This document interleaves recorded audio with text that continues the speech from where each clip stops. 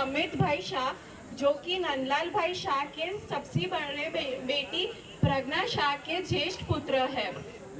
उनको इंट्रोडक्शन की वैसे तो जरूरत नहीं है, फिर भी इतना है कि वो सीनियर वाइस प्रेसिडेंट है मर्सिडीज बेंज। अब मैं बुलाती हूँ अमित भाई शाह को।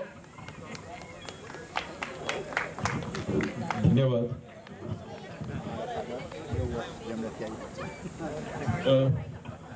नमस्कार। सबसे पहले मैं आप लोगों से क्षमा मांगूंगा कि कार्यक्रम की शुरुआत हम लोग कुछ देर से कर रहे हैं।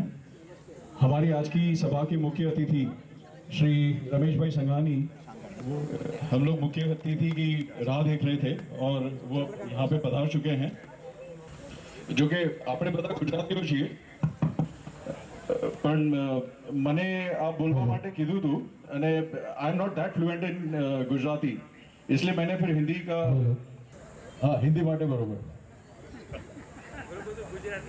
हाँ जी। तो एक बार फिर आप सभी प्रिय एवं आदरणीय स्वजनों का मैं हार्दिक स्वागत करता हूं और साथ में इस पारिवारिक महोत्सव में आपकी उल्लासपूर्ण उपस्थिति के लिए हार्दिक धन्यवाद भी देता हूं। आदरणीय श्री नंदलाल भाई त्रिकमलाल शाह की 90वीं वर्षगांठ के उपलक्ष्य में आइए हम सब मिलकर एक बार तालियों की गड़गड़ाहट के साथ में उनका अभिवादन करते हैं।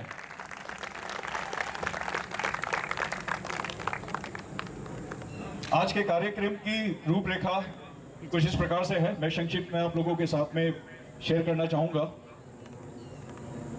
सभा का शुभारंभ हम लोग नवकार महामंत्र से करेंगे, तो उसके लिए मैं विया मितेश बोरडिया और ध्रुवी जिगर शाह को मंच पे बुलाऊंगा। नमो अरिहंताणम, नमो सीधाणम, नमो आयरियाणम, नमो ओवजायाणम, नमो लो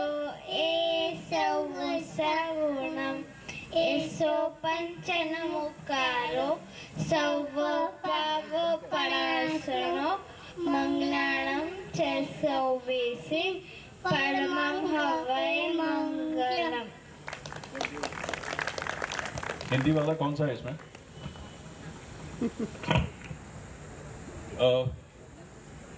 सबसे पहले मैं निवेदन करना चाहूंगा आज की सभा के मुख्य अतिथि श्री दिलीप भाई संघानी जी से कि वो मंच पे आएं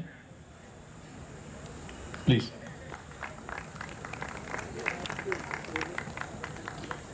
साहब बता भाई से पहले आएंगे नंदलाल भाई, प्लीज तबे भी आओ।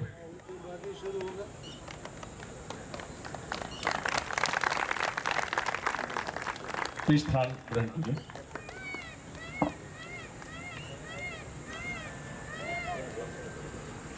सभा के अन्य विशिष्ट अतिथियों में मैं श्री रमेश भाई कापड़िया से अनुरोध करूंगा कि आप भी मंच पे आइए। श्री रमेश भाई कापड़िया, हम सब उनको यूनिवर्सल हीलिंग प्रोग्राम के फाउंडर के रूप में जानते हैं, जिन्होंने काफी लोक जागरूकता फैलाई है।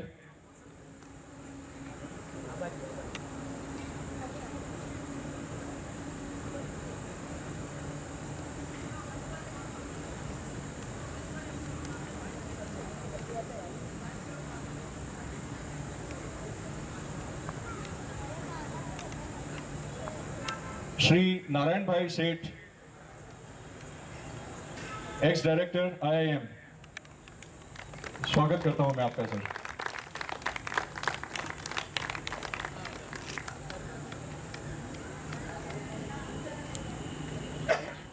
मैं अनुरोध करूंगा पद्मश्री डॉक्टर सुधीर भाई शाह से मंच पे आने के लिए।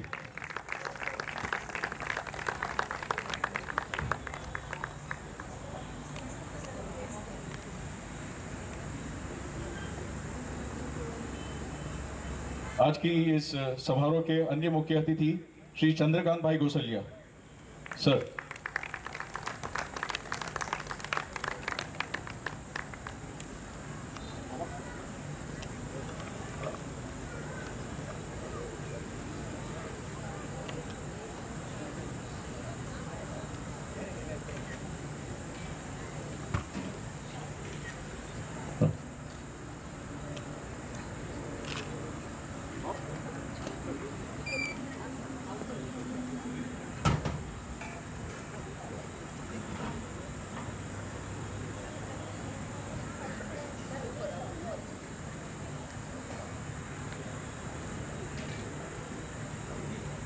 दिलीप भाई से निवेदन करूंगा कि हमारी सभा के मुख्य अतिथि श्री दिलीप भाई संघानी का स्वागत करें।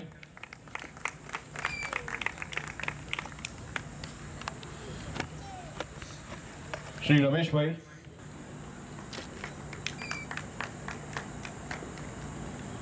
तालियां मुझे एक या दो लोगों की सुनने में आ रही है, जरा जोश पूर्वक तालियां बजाइए। Thank you. श्री नारायण भाई सेठ,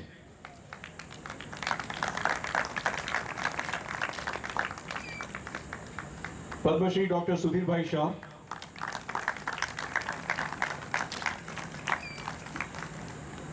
और मेरे नाना जी के कजन और अन्य विशिष्ट अतिथि डॉक्टर श्री चंद्रकांत भाई गोसलिया।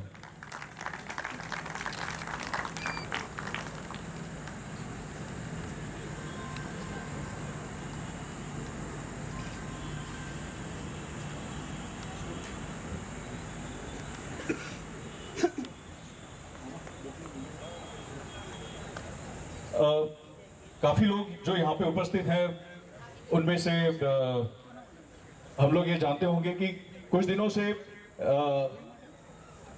अच्छा सॉरी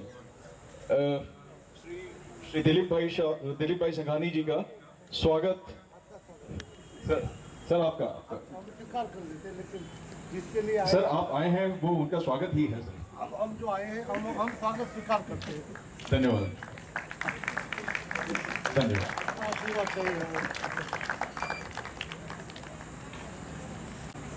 नंदलाल भाई के साथ परिजनों ने काफी मधुर क्षणों को व्यतीत किया है। इन मधुर यादों को स्वजनों ने एक पुस्तक के रूप में ग्रहित किया है। मैं श्री दिलीप भाई संघानी से नम्र निवेदन करूंगा कि वो इस पुस्तक का विमोचन करके इसकी पहली प्रति श्री नंदलाल भाई शाह को समर्पित करें।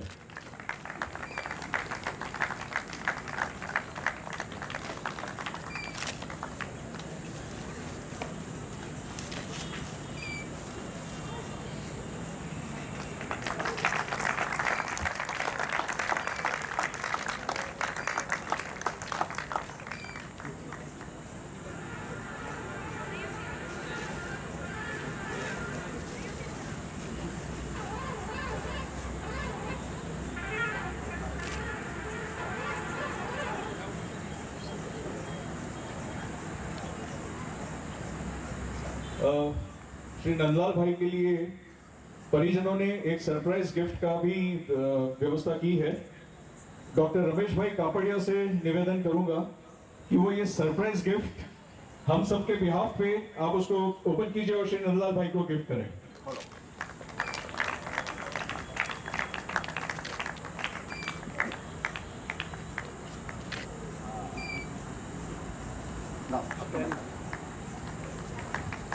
ભારત સરકારે એમના માટે સ્ટેમ્પ બહાર પાડી છે એ રમેશભાઈ બતાવી રહ્યા છે।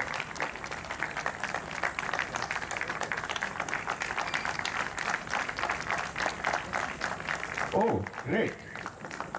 Wonderful.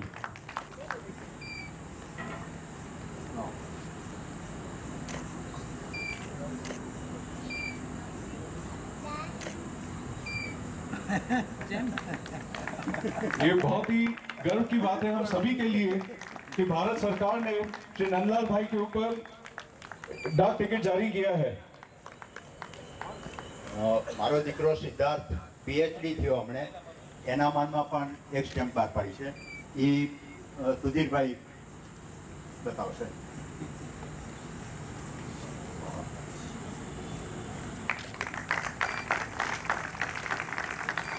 અને એવી જ રીતના સિદ્ધાર્થનું જેની સાથે તર્પણ નક્કી કર્યું છે સૌમ્યા એ પણ પીએચડી થઈ એટલે એના માનમાં પણ એક સ્ટેમ્પ બહાર પાડી છે એ ચંદ્રકાંત કાકા બતાવશે।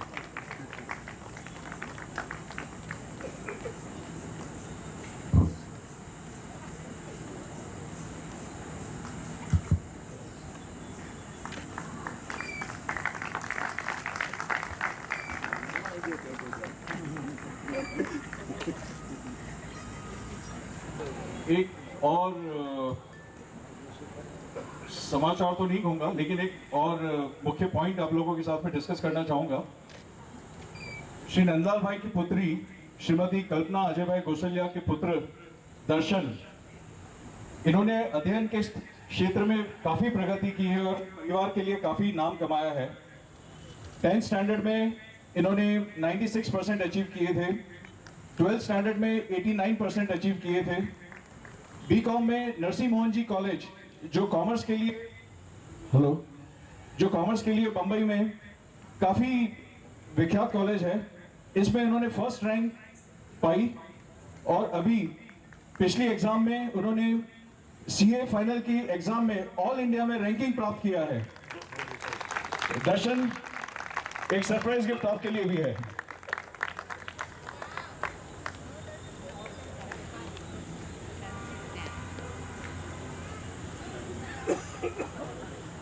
દાદાજી, તમારા હાથે દર્શનને એક ગિફ્ટ આપવાની છે આખા ફેમિલી તરફથી।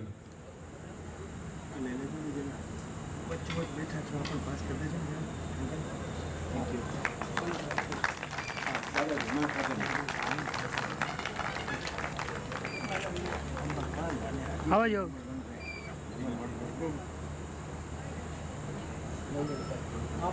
બસ આપી આપવા This for you.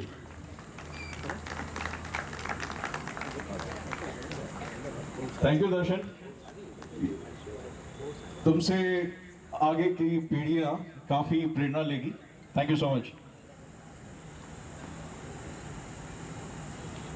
स्वागत के बाद में एक नियम होता है कि जितने अतिथि होते हैं वो अपने भावों को अभिव्यक्त करते हैं।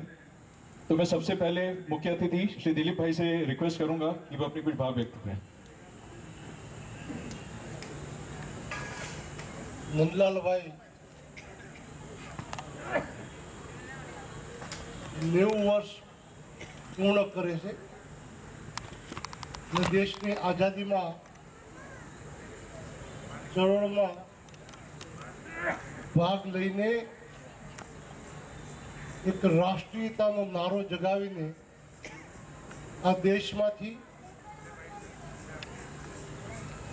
વિદેશી શાસનકર્તા તરીકે दूर जाए અને સ્વતંત્રતા ભારતના ભાવિ પેઢી પોતાના રાષ્ટ્ર માટે પોતે નિર્ણય કરે કોને બેસાડવા એવા ભારતની ઝંખના સાથે ત્યારે એમને કલ્પના નહીં હોય કે અમારી આ લડતના કેવા દિવસો આવશે। स्वतंत्र संग्रामના અનેક પાસાઓનો અભ્યાસ કરીએ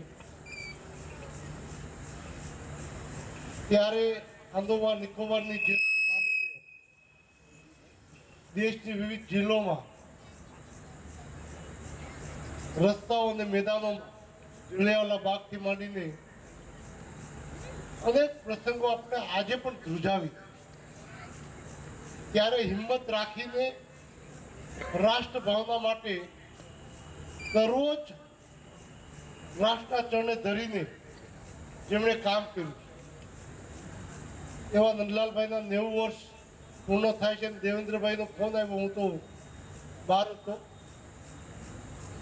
આજે સવારે મારે રાતના દિલ્હીથી આવીને અમરેલી જવાનું, પરંતુ સ્વતંત્ર સેનાની છે અને એમનો સન્માન સમારોહ, તો મારે તો સવારે જવાનો બદલે મોટી સાંજે જાવ। મારા સમયનું યોગદાન મેં મહત્વ ન ગણ્યું, જેને રાષ્ટ્ર માટે આવડું મોટું યોગદાન આપ્યું।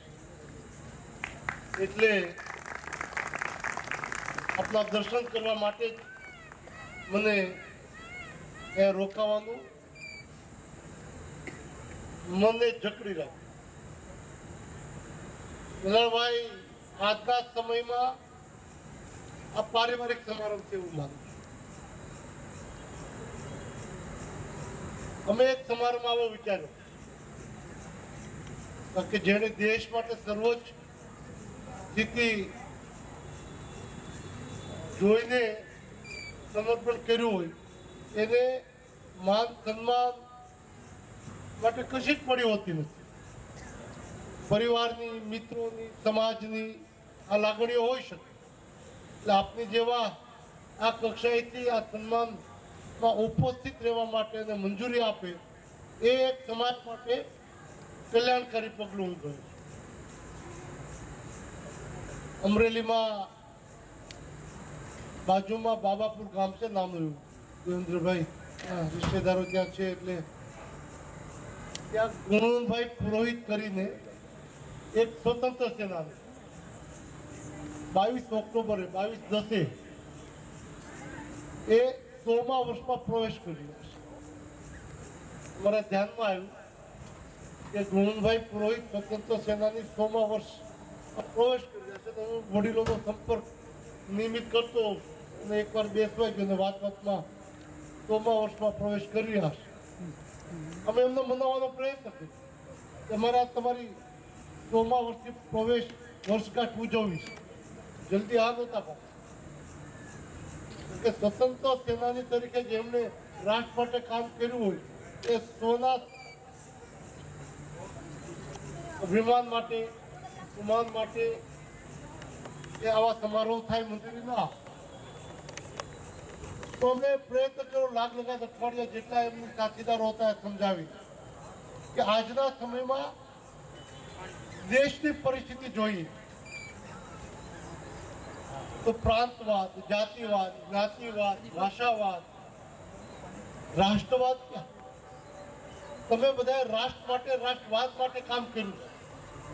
એના દર્શન કઈ થતા નથી. અમે આ નિમિત્ત બનાવીને એક રાષ્ટ્રવાદના દર્શન કરવાનો પ્રયત્ન છે. કદાચ અમારો આ પ્રયાસ સેતુબંધ બંધાતો હતો ત્યારે જામવંત કે હનુમાન જેવડા મોટા પહાડો ઉપર નહીં હોય, પણ ખિસકોલી મારફત રેતીમાં આળોટીને અમારું યોગદાન આપવાનું હશે. પણ અમારો ભાવ, અમારી જે ભાવના એ જામવંત કે હનુમાનની જેમ એટલી જ લાગણી અમારી છે કે સેતુ પાર થઈ શકે. ત્યારથી તો આ વિશાળ પ્રગટ થવી જોઈએ. અને એમને અઠવાડિયા પછી અમને જ્યારે છૂટ આપી તો આ વાત આપણે એટલા માટે કરી કે આ વાત કર્યા પછી આપણે નિમંત્રિત પણ કરવા માંગુ છું. મિત્રો, જેમણે હા પાડ્યા પછી અમે સમાજના વિવિધ વર્ગના આગેવાનોને બોલાવ્યા. 2 કલાકમાં 150 જેટલા અલગ અલગ જાતિના આગેવાનો આવ્યા. આ વિચાર વચ્ચે મૂક્યો, સૌએ સ્વીકાર્યો, ઉત્સાહપૂર્વક સ્વીકાર્યો. અમે આ ઉત્સવ કેવી રીતે ઉજવવો એનો નિર્ણય કરીને એક નકશો બનાવ્યો, રોડમેપ તૈયાર કર્યો. અમરેલી જિલ્લામાં 35 જેટલી અલગ અલગ જાતિ કોમનું તારણ કર્યું અને એક પછી એક જ્ઞાતિના આગેવાનોને, આખા જિલ્લાના મુખ્ય લોકોને બોલાવવાનું શરૂ કર્યું. પછી 30 થી માંડીને 150 જેટલા એક જ્ઞાતિના આગેવાનોને બોલાવવાનું શરૂ કર્યું.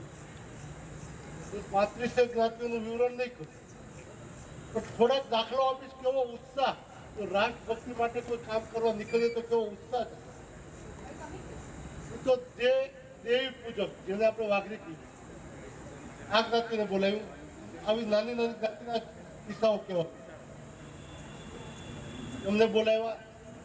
તો બહુ સારો વિચાર છે. ગુણવંત દાદા એક સ્વતંત્ર સેનાની રાષ્ટ્રભક્તિ અને રાષ્ટ્ર માટે કામ કર્યું. આ પ્રસંગને અમે યોગદાન આપીશું. અમારે શું યોગદાન? પરિવાર સાથે બધાએ હાજર રહેવા.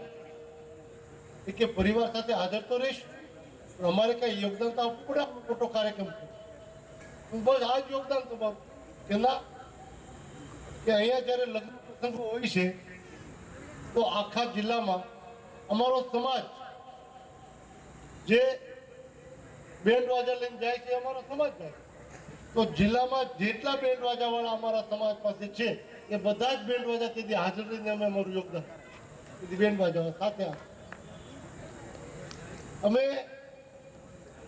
જેને ભંગી સમાજ કહીએ છીએ, જે વાલ્મીકી સમાજ હવે આપણે ઓળખીએ, એમને બોલાય. એમણે પણ કીધું અમારું યોગદાન પરિવાર સાથે હાજર રહે કે નહીં. એવું હોય અમારે કઈ યોગદાન આપવાનું તો કે ઢોલ તો અમે જ વગાડીએ. જિલ્લામાં જેટલા અમારી પાસે ઢોલ છે તે દિવસે ઢોલ સાથે અમે બધા અમારો સમાજ હાજર. આવડો મોટો પ્રસંગ ઉજવીએ તો કઈ જોઈએ. ગઢવી સમાજને બોલતો.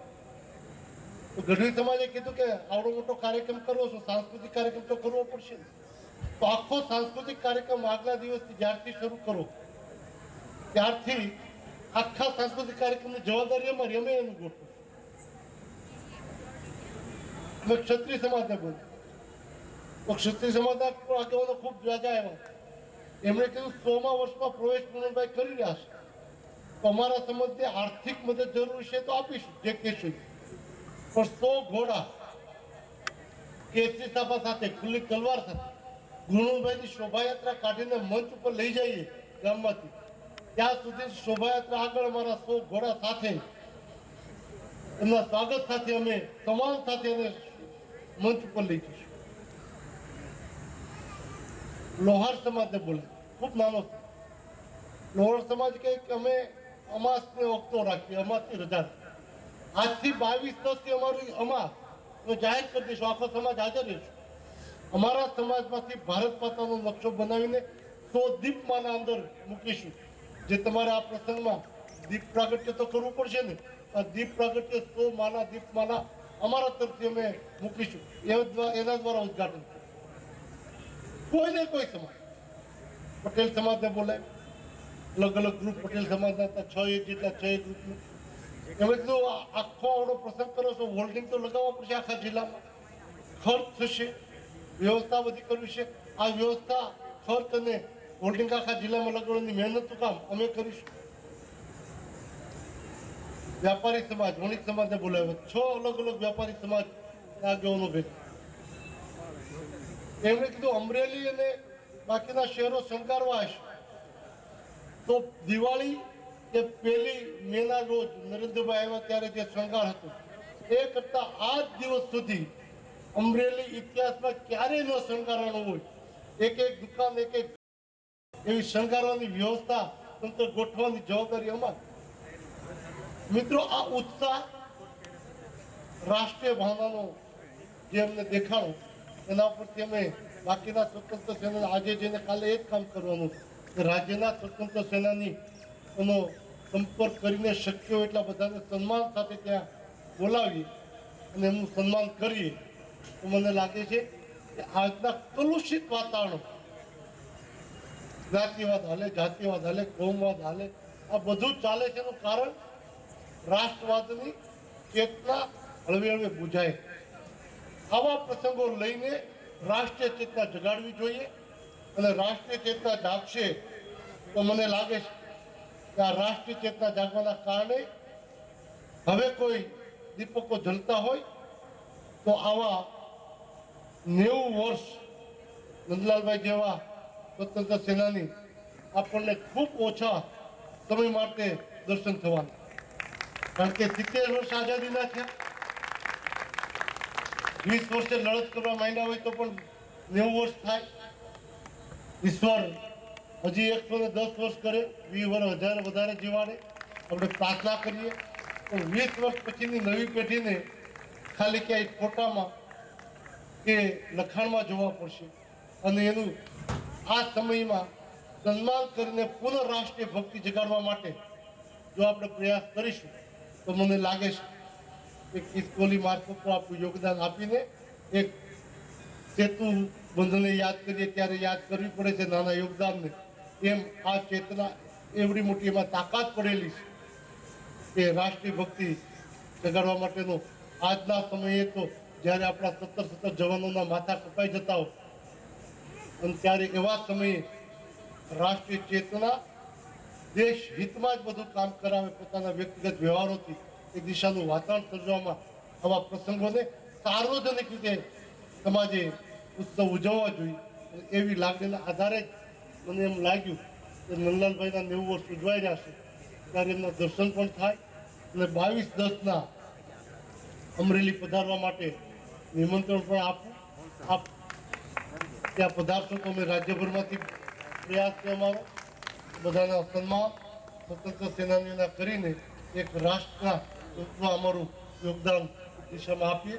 મને ત્યાં બોલાવીને કદાચ મેં વધારે સમય લીધો હશે બોલવામાં, થોડા કિસ્સાઓ કરવામાં, તો ક્ષમાયાચના સાથે આપનો ઋણ સ્વીકાર કરીને વિરમું છું. ધન્યવાદ. ખૂબ ખૂબ આભાર આપનો. નંદલાલભાઈ જેમને અત્યારે ગુરુ માને છે, જેમના એક ભક્ત તરીકે એમની સાથે કામ કરે છે, એમના એક આદેશ ઉપર અડધી રાતે બી ઊભા થઈ જાય છે, એવા શ્રી રમેશભાઈ કાપડિયાને અનુરોધ કરું છું કે થોડોક એમના માટે વિચાર વ્યક્ત કરે છે.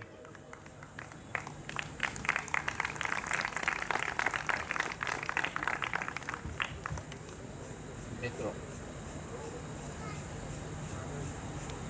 મારે કંઈ પણ વાત કરવી નંદલાલભાઈ માટે એક એવી વાત છે, તમને કહું, મારું એક ભાગ્ય છે કે બધા મૂક સેવકો જ મારા જીવનમાં આવ્યા છે.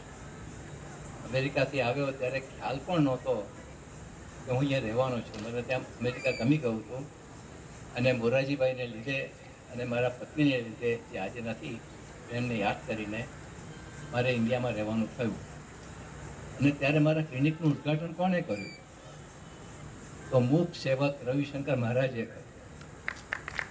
અને એ ક્લિનિકનું ઉદ્ઘાટન કર્યું ત્યારે મને એક સ્વપ્ન હતું કે હૃદય રોગ એટલે કે હાર્ટ એટેક એની સમસ્યા ખોટી રીતે લોકોને સતાવે છે. હું ઘણું જ શીખીને આવ્યો હતો ત્યારે મને એમ થયું કે એને એવી હળવી બનાવવી, એટલી સસ્તી બનાવવી, લોકોને પરવડે એવી બનાવવી, એવું મારું સ્વપ્ન હતું. અને એ મને પાછું 1991માં, બધી બહુ લાંબી વાત છે, પણ એ વાત ત્યારે મને ગુજરાત વિદ્યાપીઠે, એ પણ ગુજરાત વિદ્યાપીઠ આવી વચ્ચે, અને ત્યાં અહિંસા અને વિજ્ઞાન અને નોન વાયલન્સ એના પર ટોક આપવા માટે પ્રસિદ્ધમાં પ્રસિદ્ધ ડૉક્ટર અમેરિકાના ડૉક્ટર લેરી ડોશી અહીંયા આવ્યા. અને એની સાથે મારે ઓળખાણ થવાની હતી. રામલાલભાઈએ એમ કહ્યું કે આને તો તમારે મળવું જ પડે, એટલે એને હું મળ્યો. અને એ વ્યક્તિ મેડિસિન અને નોન વાયલન્સ પર ટોક આપવા આવે અને મારી સાથે એનો પરિચય થયો. અને પછી તો એક લાંબી હિસ્ટ્રી ચાલુ થઈ. અને હું એક કાર્યક્રમ માટે મારે અમેરિકા તો હું દર વર્ષે જાઉં છું છેલ્લા 50 વર્ષથી. તો ત્યાં મને ડૉક્ટર ડી નોર્નિશ નામનો કાર્ડિયોલોજિસ્ટ, એક પ્રખર કાર્ડિયોલોજિસ્ટ કે જેણે એના પેશન્ટોને 40 પેશન્ટો જેની 3 આંટરીઓ બંધ હતી અને તે બધા જ બાયપાસ કરાવી શકે એવા સક્ષમ હતા, કારણ કે ત્યાં તો બધા જ કરાવી શકે, છતાં એના કાર્યક્રમમાં જોડાયા અને બાયપાસ ન કરાવી એવા પેશન્ટ સાથે, એ લોકોને 11 વર્ષ થઈ ગયા હતા, એ લોકો સાથે હું 25મી જૂન 1991 એ દિવસ ભૂલી ન શકું. એની સાથે હું 5 કિલોમીટર 5 માઇલ સાન ફ્રાન્સિસ્કોના બીચ ઉપર ચાલ્યો. અને પછી એણે મને એના એન્જિયોગ્રામ બતાવ્યા, એની 3 આંટરીઓ બંધ હતી. તો એ તો મારું સ્વપ્ન હતું અને આ ભાઈ તો કરતો હતો, યંગ કાર્ડિયોલોજિસ્ટ. એટલે પછી અહીંયા આવીને મને થયું કે આવો કાર્યક્રમ આપણે ચાલુ કરવો જોઈએ. મારી કોઈ કાર્યક્રમ માટે કોઈ ક્ષમતા હતી નહીં, કારણ કે મને આવડતું નહોતું. ખાલી એક જ વસ્તુ આવડે કે પેશન્ટ સાથે વાત કરી શકું અને એને જરા હિંમત આપી શકું, એ સિવાય કોઈ ઓર્ગેનાઇઝેશનમાં ના આવે. તો એમાં અનાયાસે યશવંતભાઈ શુક્લે મને પ્રોત્સાહન આપ્યું અને મને નંદલાલભાઈ જેવા મૂક સેવક પાછા મળ્યા. જે રવિશંકર મહારાજ મળેલા તેવા જ મૂક સેવક આ મળ્યા. અને એને જે યોગદાન, હું ભાવ વિભોર બની જાઉં છું.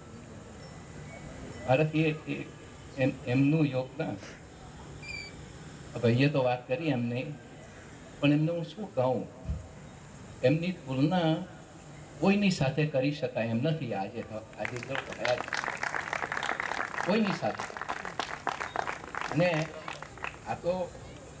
આ સ્ટેમ્પ તો એને એક ઉદાહરણ રૂપે કપાડ્યા, પણ ભારત સરકારે આવા લોકો સ્ટેમ્પ કાઢવા, ભારત સરકારે એવી મૂક સેવક બિલકુલ રવિશંકર મહારાજને કંઈક અંશે રવિશંકર મહારાજને પણ પાછા પાડે, કારણ કે હું તો કહી શકું ને, એવી આ વ્યક્તિ છે. અને એના માટે મારે કંઈ ખાસ કહેવાનું ન હોય. અને આજે જ એમના આ જ દિવસે આજે પ્રેસિડેન્ટે એમને એવોર્ડ આપ્યો, કોઈને કહ્યું જ નથી.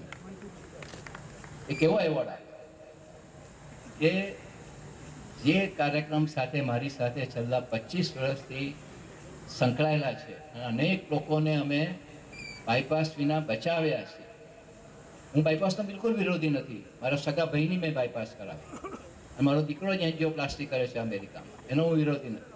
પણ એ ઉપાય એ માત્ર 5% લોકોને જરૂર હોય છે અને એ ઉપાય પાછા પરમેનન્ટ નથી. દવા તો ચાલુ જ રાખવી પડે છે. એ વાત અમે 25 વર્ષથી સમજાવતા આવ્યા છે અને એ કાર્યક્રમ આટલો સફળ થયો છે. એની સિલ્વર જ્યુબિલી 25 વર્ષ થયા એટલે એ ઉજવવા 1 ઓક્ટોબરે ગુજરાત વિદ્યાપીઠે એ કાર્યક્રમને અપનાવીને અમે ઉજવવાના છે. ગવર્નર આવવાના છે અને અમેરિકાના પ્રસિદ્ધ કાર્ડિયોલોજિસ્ટ દરરોજ એન્જિયોગ્રાફી ને એન્જિયોપ્લાસ્ટી કરે છે અને વાલ્વ રિપ્લેસ કરે છે. એ મારા ગેસ્ટ ઓફ ઓનર તરીકે આવવાના. અને અમે જે કાર્યક્રમ કર્યો એ કાર્યક્રમ યુનિવર્સલ હિલિંગ કાર્યક્રમ, એવું કાર્યક્રમ તમે હાર્ટ માટે શરૂ કર્યો, પણ હાર્ટના પેશન્ટ આવવા માંડ્યા. હાર્ટના પેશન્ટ આવે તો જ કારણ કે એને તો હાર્ટને મટાડવું હતું એટલે આવેલા. એ કાર્યક્રમમાં એમને બીજો રસ નહોતો. પણ મને પછી ખબર પડી કે અમે જે કાર્યક્રમ કરીએ છીએ એમાં હાર્ટ તો મટ્યું, એની દવાઓ સક્ષમ બની. અમે દવાના તો બિલકુલ ઉપાસક છીએ. સર્જરીના ઉપાસક, એન્જિયોપ્લાસ્ટીના ઉપાસક, દવાના ઉપાસક, કશાનો વિરોધ જ નહીં. પણ જ્યાં જરૂર હોય ત્યાં. અને સાથે સાથે અમારો કાર્યક્રમ યોગનો કહો કે શવાસનનો કહો કે અંદરની શક્તિ વધારવાનો કહો, એ કાર્યક્રમ અમે 25 વર્ષ પૂરા કરીએ છીએ. ત્યારે આ ગાંધીયન કાર્યક્રમ છે. આ ગાંધીયન એમ કરીને ગુજરાત વિદ્યાપીઠના એ મહાનુભાવો બેઠા છે, વાઇસ ચાન્સેલર અને રજિસ્ટ્રાર. એ લોકોએ મારા કાર્યક્રમને ગાંધીયન કાર્યક્રમ કહીને એ લોકો આ ઉજવે છે. અને આ ઉજવે છે ત્યારે પ્રેસિડેન્ટનો મેસેજ મંગાવ્યો.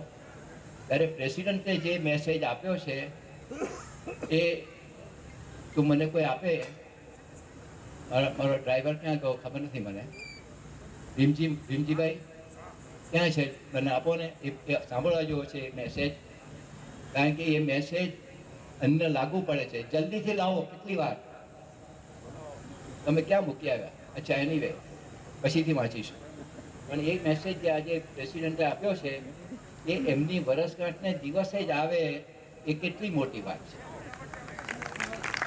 અને એવો મેસેજ આપ્યો છે કે અહીં બેઠેલા એમના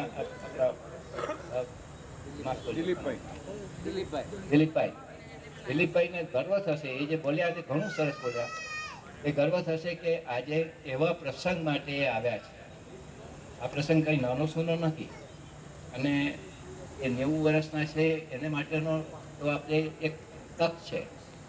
અને ગાંધીજીને એકમ કોઈકે કહેલું કે આજે જ વાત કરતો હતો કે લખ્યું કે તમને અભિનંદન આટલા વર્ષ માટે, હવે તમે 100 ના થાવ એમ કહી લખ્યું. ત્યારે એમને એ વખતે વધારે જીવવું હતું એટલે એમ કહેલું કે મારા 25 વર્ષ કેમ ઓછા કરી નાખ્યા. એમણે કહ્યું મારા 25 વર્ષ કેમ, એમને 125 વર્ષ એ વાત. હવે આજે જુઓ આ પ્રેસિડન્ટ એમને માટે લખે છે. આજની વર્ષગાંઠ સાંભળવા જેવું છે. એને એમ કહ્યું કે I am happy to know, Pranab Mukherjee લખે છે, I am happy to know that Gujarat Vidyapeeth has adopted Universal Healing Program and is celebrating UHP Silver Jubilee on 1st October 2016. આ એમની જ્યુબિલી ઉજવાય છે. મારી સાથે પહેલા દિવસથી છે મુખ સેવક. I understand UHP is a simple, holistic body, mind, soul regime to heal and prevent 80 elements such as coronary heart disease, as well as to raise quality of health in the population at large. It has an inherent Gandhian character in its origin and content. UHP enhances the natural healing capacity of individuals without compromising on the quality of life. I am sure that the association of Gujarat Vidyapeeth with UHP will help in spreading the Gandhian outlook in health and education to the world at large. I extend my greetings and felicitations to the faculty, staff and students of Gujarat Vidyapeeth and wish the Silver Jubilee celebration every success. All this credit goes to our today or we know together in Allah. Okay.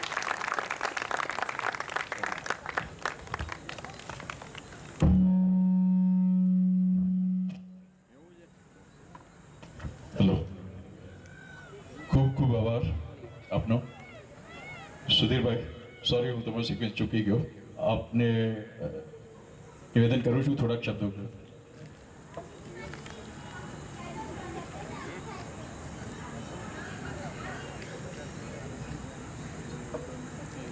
हमारा पिता तुल्य वडील श्री नंदलाल काका ने एमनी 90મી વર્ષગાંઠ है हमारा कुटुंब तरफથી તથા अपना સૌ તરફથી સત વંદન અને જીવેમાં શરત દ્વિશતમ 2 સદી જીવો અથવા 100ની ઉપર તો ચોક્કસ જીવો એવી ખૂબ શુભકામનાઓ સ્વાસ્થ્ય સાથે અને આવી જ પ્રસન્ન મુદ્રા સાથે.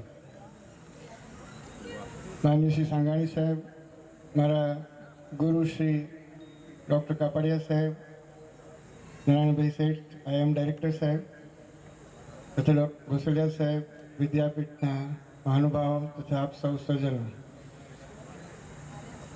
મારા માટે અહીં આવવું એ આનંદની વાત છે, ગર્વની વાત છે. એના કરતાં વિશેષ મારા માટે કર્તવ્યની વાત છે. કારણ કે મારા સ્વર્ગસ્થ પિતાશ્રીના કમસે કમ 70 વર્ષ, કદાચ વધારે 74 વર્ષ જૂના સહાધ્યાયી, એમની અંદર હું મારા ફાધરનું પ્રતિબિંબ જોઉં છું. એટલે વારંવાર એમને મળવાની ઈચ્છા થાય છે. સ્વાતંત્ર્ય સેનાની તરીકે એમને દેશને તો બધું સમર્પણ કર્યું અને એ વખતે તો આપણને ખ્યાલ છે જ કે કદાચ એમના પર એવો મોટો કેસ થવાનો તો કદાચ એમનું જીવન પણ રહે કે કેમ, એ શંકા હતી. એમના શબ્દોમાં જ મેં સાંભળેલું છે. એવા દેશ માટે સર્વસ્વ અર્પણ કરનારા સાહેબે જેમ કહ્યું એમ સમાજ માટે એક ભેખ લઈને એક દર્દીઓને સારું જીવન આપવા માટે, સ્વાસ્થ્ય આપવા માટે છેલ્લા 25 વર્ષથી સાહેબ જે કહે છે હું એટલા માટે સાક્ષી છું કારણ કે એમની પ્રવૃત્તિઓમાં કંઈક અંશે હું થોડો ઘણો સંકળાયેલો છું. સાહેબે પણ મને ઘણો સ્પાર્ક કરેલો છે અને દિવસ રાત એમને દોડતા જોઉં છું. નંદલાલ કાકાએ લખેલા સ્વાસ્થ્ય અંગેના ચોપાનિયા 92ની સાલથી મારા ક્લિનિક ઉપર મારા પેશન્ટોને આજની તારીખ સુધી હું આપતો રહ્યો છું અને એનાથી ઘણાને માર્ગદર્શન મળ્યું છે. એટલે સ્વાસ્થ્ય માટે સમાજને પણ એમણે ખૂબ સમર્પણ કર્યું છે. કુટુંબ માટે પણ એમણે કેટલું ભેખ ધરીને કામ કર્યું છે. આપ સૌ જાણો છો, આપ સૌ કુટુંબીઓ છે. અમારા જેવા કુટુંબની નજીકના લોકો માટે પણ એમને નિખાલસ અને નિસ્વાર્થ ભાવે ખૂબ સેવા આપી છે. મારા કુટુંબમાં તો જ્યારે પણ નાનામાં નાનો કોઈ સુખનો પ્રસંગ હોય કે દુઃખનો પ્રસંગ હોય, મારા પિતાજીનું મૃત્યુ હોય કે મારે પદ્મશ્રીનો એવોર્ડ હોય, મારા દીકરીને ગોલ્ડ મેડલ મળ્યો હોય કે કોઈ પણ નાની મોટી કોઈ બી પ્રસંગ બન્યો હોય ત્યારે આ પ્રસંગમાં નંદલાલ કાકા હંમેશા હાજર રહેલા છે.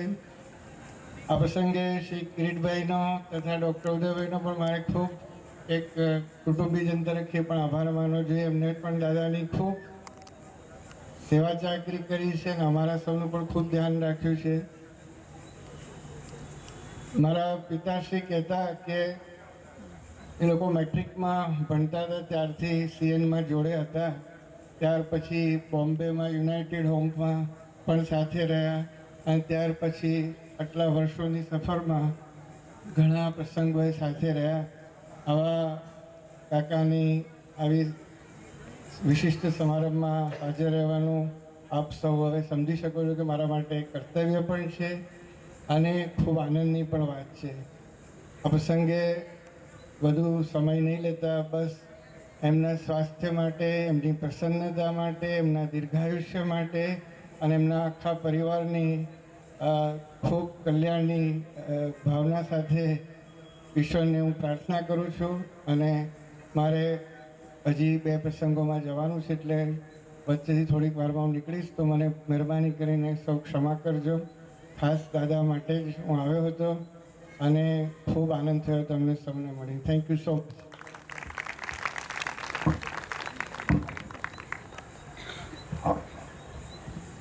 Thank you.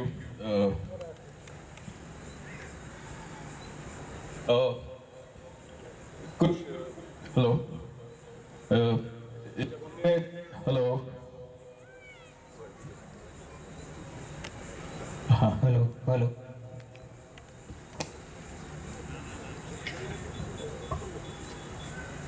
हेलो। हेलो। सभा का जब शुभारंभ किया था तो कुछ विशिष्ट अतिथि उस वक्त उपस्थित नहीं हो पाए थे जो हमारे बीच में हैं। तो मैं किरीट भाई से निवेदन करूंगा कि वो श्री अनामिक भाई शाह जो गुजरात विद्यापीठ के वाइस चांसलर हैं उनका स्वागत करें। श्री राजेंद्र भाई खेमानी रजिस्ट्रार गुजरात विद्यापीठ और अति विशिष्ट हास्य कलाकार श्री जगदीश भाई त्रिवेदी।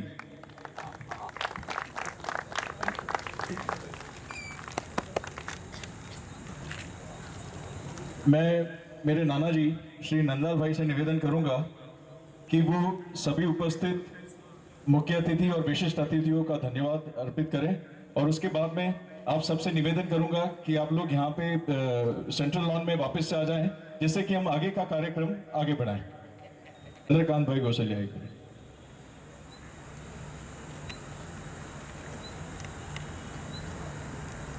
મારા વડીલ બંધુ પૂજ્ય નંદલાલભાઈ, આજના મુખ્ય મહેમાન દિલીપભાઈ સંઘાણી, ડૉક્ટર રમેશ કાપડિયા, ડૉક્ટર સુધીર શાહ, વિદ્યાપીઠના વાઇસ ચાન્સલર, રજિસ્ટ્રાર, મારા પરિવારના અન્ય સભ્યો, અત્રે ઉપસ્થિત સર્વે મહેમાનો, આપણે સૌના માટે આ એક બહુ જ આનંદની પળ છે, હર્ષની પળ છે કે આજે પૂજ્ય નંદલાલભાઈનો 90મો જન્મદિવસ મનાવવા માટે આપણે સૌ અહીંયા ભેગા થયા છે। મને યાદ છે નંદલાલભાઈ, જ્યારે તમારો 36મો જન્મદિવસ હતો, 36th બર્થડે મોરબીમાં, ત્યારે પણ હું હાજર હતો। પથ્થરવાળા બિલ્ડિંગમાં બપોરના 1:30 વાગ્યાનો સમય હતો। શાંતાબેન હતા, એમના ભાઈ હતા, ત્યારે હું પણ અનાયાસે કોલેજમાંથી આવેલો, એન્જિનિયરિંગ કોલેજમાંથી, અને તમારા બર્થડેના માટે જ મળવા માટે આવેલો તમને ત્યાં પથ્થરવાળા મકાનમાં, અને આપણે સૌ સાથે જમેલા। ત્યારે વાત કરી કે આજે મારો 36મો જન્મદિવસ છે અને આજે 36મા જન્મદિવસ પછી આજે 90મા જન્મદિવસના દિવસે આજે મને હાજરીનો મોકો મળ્યો છે। એ બદલ હું મારી જાતને ખૂબ આનંદ અનુભવું છું અને મને હર્ષોલ્લાસ થાય છે। પૂજ્ય નંદલાલભાઈ વિશે આપણે જેટલું કહીએ, જેટલું બોલીએ અથવા તો જેટલું લખીએ એટલું ઓછું છે। મને જો અંગત રીતે પૂછવામાં આવે તો દિલીપભાઈ એટલું હું કહી શકું કે એની સરખામણી હું વીર સાવરકર સાથે કરી શકું,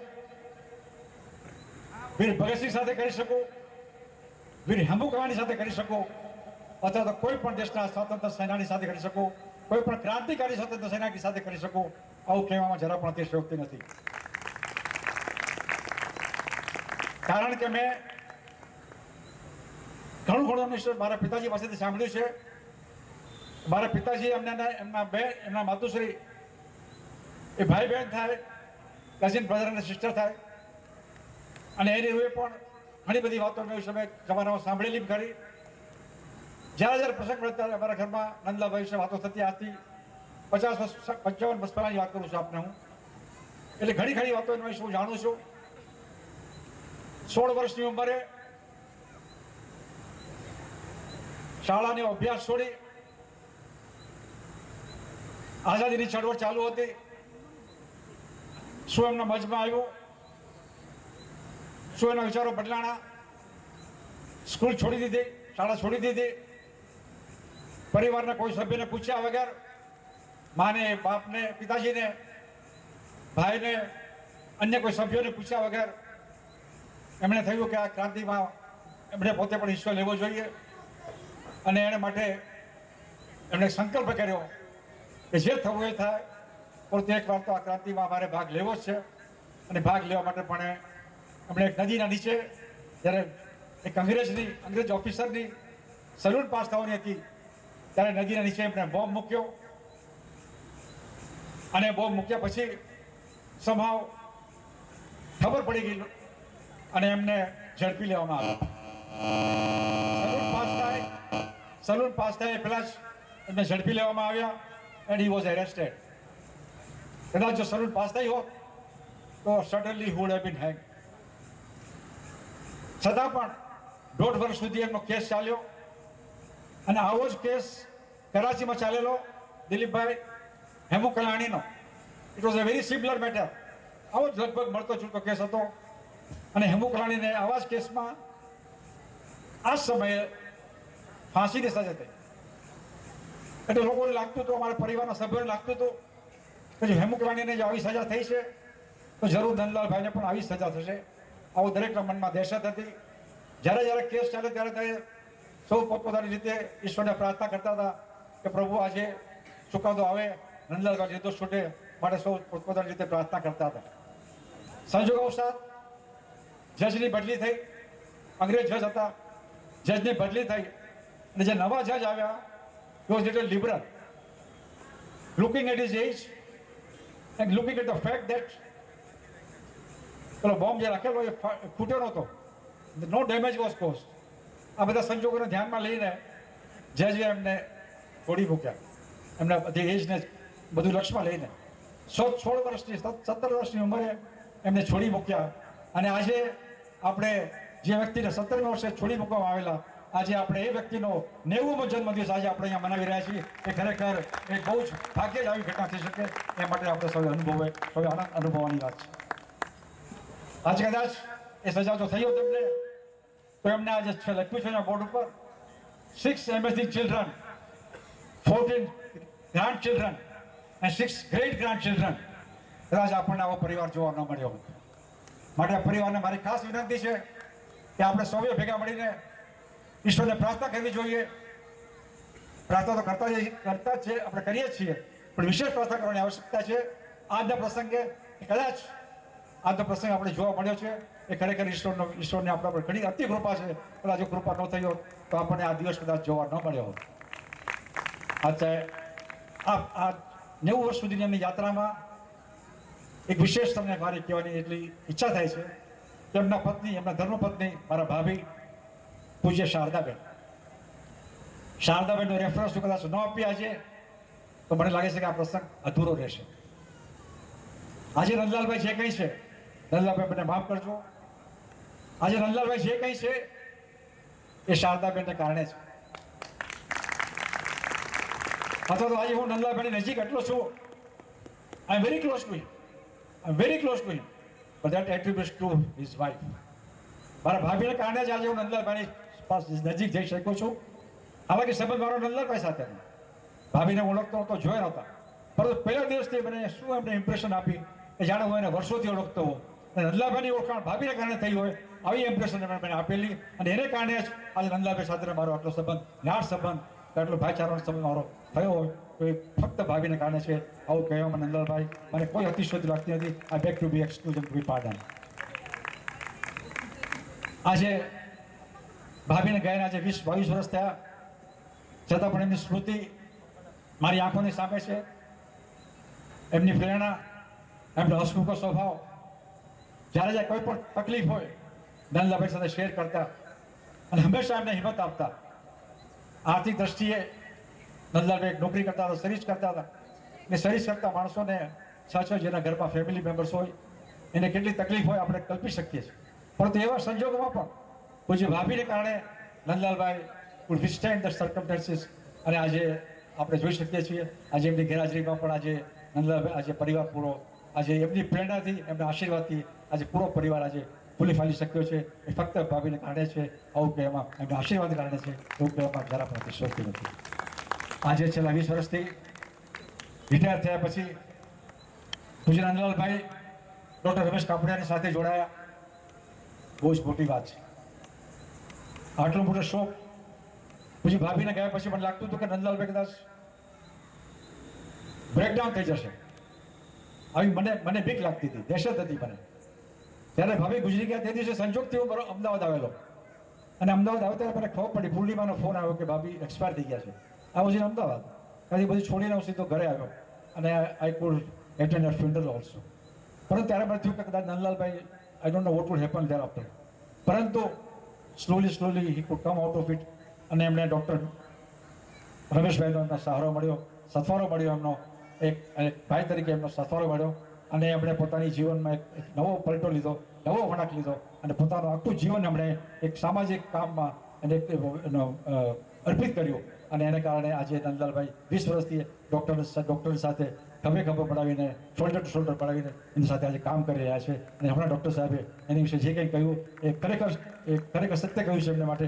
અને નંદલાલભાઈએ ખરેખર જ્યારે મને નંદલાલભાઈ મળે ત્યારે અમારે અડધો સમય અમારો ડૉક્ટર રમેશભાઈની વાતો અથવા તો એની જે બુક્સ લખેલી છે એના વિશે જ ચર્ચામાં જતો હતો, એના વિશે જ ચર્ચા ચાલતી હોય છે. તો માટે આજે ખરેખર નંદલાલભાઈએ જે કંઈ કામ કરી રહ્યા છે, ભલે મેડિકલ એનો સબ્જેક્ટ નથી, પોતાનો સબ્જેક્ટ નથી, પણ તે સબ્જેક્ટ ન હોવા છતાં પણ રમેશભાઈ પાસેથી શીખીને ડિક્શનરીનો રેફરન્સ લઈને ઘણું તેઓ જાણવાની કોશિશ કરતા રહ્યા છે. ઘણી ટેકનોલોજીનો વિશેષ એમની જાણકારી પણ પ્રાપ્ત કરી છે. આ બધું ખરેખર એમણે કરીને આજે તેઓ સામાજિક દ્રષ્ટિએ ખરેખર લોકોની સેવા કરવામાં ઘણો સમય આપી રહ્યા છે. એ ખરેખર મોટી વાત છે. આ બધું જે કરી રહ્યા છે એ મારી દ્રષ્ટિએ કહું તો એક સામાજિક દ્રષ્ટિ કહીએ, આપણે સામાજિક દ્રષ્ટિ કહીએ તો એક માનવ કલ્યાણકારી કાર્ય છે અને આધ્યાત્મિક દ્રષ્ટિ કહું તો એક મોક્ષગામી કાર્ય છે. આવું કહેવામાં મને જરા પણ અતિશયોક્તિ લાગતી નથી. અંતમાં વિશેષ કંઈ ન કહેતા આપ સૌએ મને આટલી શાંતિથી સાંભળ્યો એ બદલ આભાર. વિશેષ કંઈ ન કહેતા ફરીથી આજે નંદલાલભાઈ એટલું જ કહીશ કે એનું શેષ આયુષ્ય સુખમય શાંતિમય રહે અને એમના પરિવારના સભ્યો હંમેશા જેવો સપોર્ટ એમને કર્યો છે એવો સપોર્ટ ખાસ કરીને અરુણા, એમના દીકરાની વાઈફ, જેનો રેફરન્સ પણ આપવો જરૂરી છે. આજે નંદલાલભાઈને ગયા પછી અરુણા કિરીટભાઈની વાઈફે જે સહયોગ આપ્યો છે નંદલાલભાઈને એ ખરેખર અભૂતપૂર્વ છે. ભાગ્યે જ આવી જ શું કહેવાય છે ને પુત્રવધુ બહુ ઓછા રીતે અમે જોઈ છે અને ખરેખર અરુણા એમાંની એક છે. ઈશ્વરને પ્રાર્થના કરું, ઈશ્વર બધાને આવી પુત્રવધુ આપે એ જ મારી ઈશ્વરને પ્રાર્થના છે. તો ફરી અરુણાને પણ અભિનંદન આપું છું. આ સાથે હું વર્ગું છું. સૌને મારા જય જિનેન્દ્ર સ્વીકારતું. જય હિન્દ. ધન્યવાદ ચંદ્રકાંતભાઈ. હવે નારાયણભાઈ, આપને અનુરોધ કરું આપના વિચાર.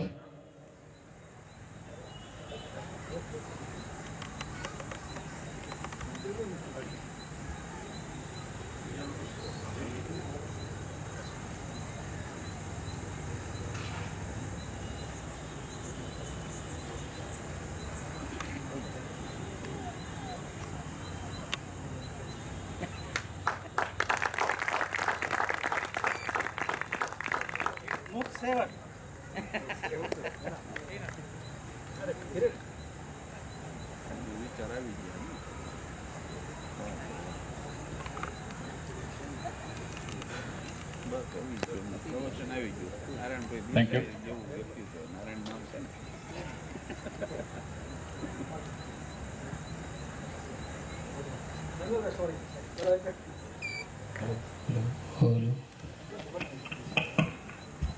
Jagdish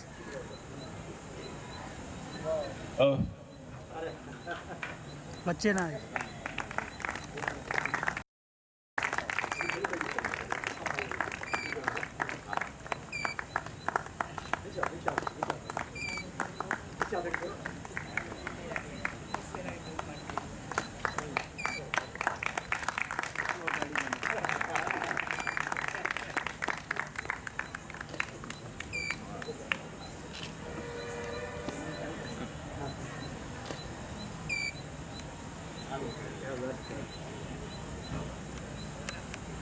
I want to see how does it go on you.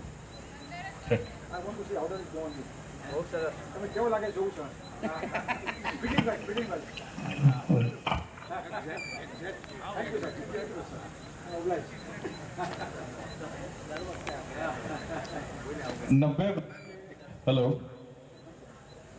90 वर्ष के श्री नंदलाल भाई को टफ कंपटीशन दे रहे हैं हमारी ही इस सभा में उपस्थित 95 वर्ष के श्री इंदुलाल पोपटलाल शाह आईपी शाह किरीट भाई उनका भी बहुमान करेंगे.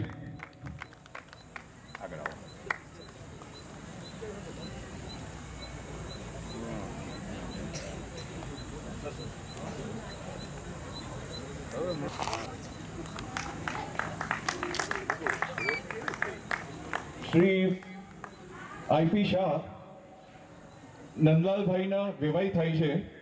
કિરીટભાઈની પુત્રી અને શ્રી ઇન્દુલાલજીના સુપૌત્ર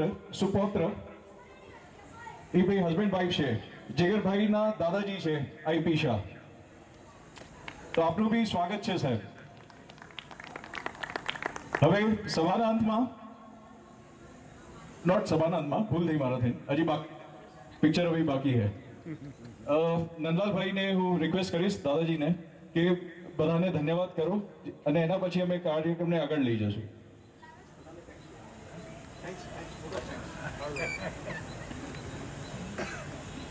91 વર્ષના સૂર્યોદયનો મેં જોયો. સૂર્યોદય એક ભાગ્યની વાત છે મારા માટે, અને તમને બધાને જોઈને અહીંયા વધારે આનંદ થયો. મને એમ લાગે છે તમારી બધાની વાતો ઉપરથી કે 100 વર્ષ તો જીવી શકાશે, વાંધો નહીં આવે. પણ આપણે બધા સાથે ઉજવશું. હું એકલો નહીં, તમે બધા સાથે હશો. આ વાત યુનિવર્સલ હિલિંગના અમારા વિદ્યાપીઠના યુનિટમાં અમારા જેટલા ભાઈઓ આવે છે બધાને વાત કરું છું, અને બધાય તે હસી કાઢે એટલે હું કહું કે ના, આ વાત સાવ સાચી છે. સાયન્સનો નિયમ છે, નવી શોધો થઈ છે. આપણે બધા જ લાંબુ જીવવાના છીએ. હું એકલો નહીં. પણ ખૂબીની વાત એ છે કે એ લોકો સવાસન મારી સાથે છેલ્લા 8-10 વર્ષથી ત્યાં વિદ્યાપીઠમાં કરે છે. બધા જ એમનું જાણે એમનો સમય સ્થગિત થઈ ગયો હોય, બધા જે ઉંમર 10 વર્ષ પહેલાંથી એટલા દેખાય છે, એટલા જ આનંદમાં, એટલા જ નાના. અને મને પણ આશ્ચર્ય થાય છે ખરેખર કે શું અદ્ભુત વસ્તુ આપણને રમેશભાઈએ પકડાવી દીધી છે. તમને ખરેખર આનંદ. આ બધી વાતો થઈ ખરી, પણ એક વાત રહી ગઈ છે કે મારી તંદુરસ્તીનું રહસ્ય રમેશભાઈ છે. એટલે કે મને દવાઓ આપીને હાજો રાખે છે એમ નહીં, મને કાર્યરત રહીને હાજો રાખે છે. કારણ કે હું પહેલેથી ખૂબ મહેનત કરનાર માણસ, પહેલેથી જ ઘણી મહેનત કરી છે. રિટાયર થયા પછી ઓટોમેટિક એમણે મને કામમાં જોડી દીધો. એક કામ પૂરું ન થાય પહેલાં કામ બીજું એક ફોંપી દે, ત્રીજું કે મને કંઈક ઓલું એક મોકલાવ્યું છે, જોયું? હજી મોકલાવ્યું જ ન હોય ને મોકલી આપે. હા, એમનો ઉપકાર કદી ભૂલાય એમ નથી. અને અમારા સુધીરભાઈ, એમના ફાધર તો મારી સાથે ભણેલા, અને ખબર એ એને કહેવાય કે એમને પ્રેમ સંબંધ ઘણો બધો ચલાવેલો. ચંદ્રકાંતભાઈએ જે વાત કરી એના ભાભીને યાદ કરવા માટે, ભાભીના એ કોઈ જબરદસ્ત વાત હતી.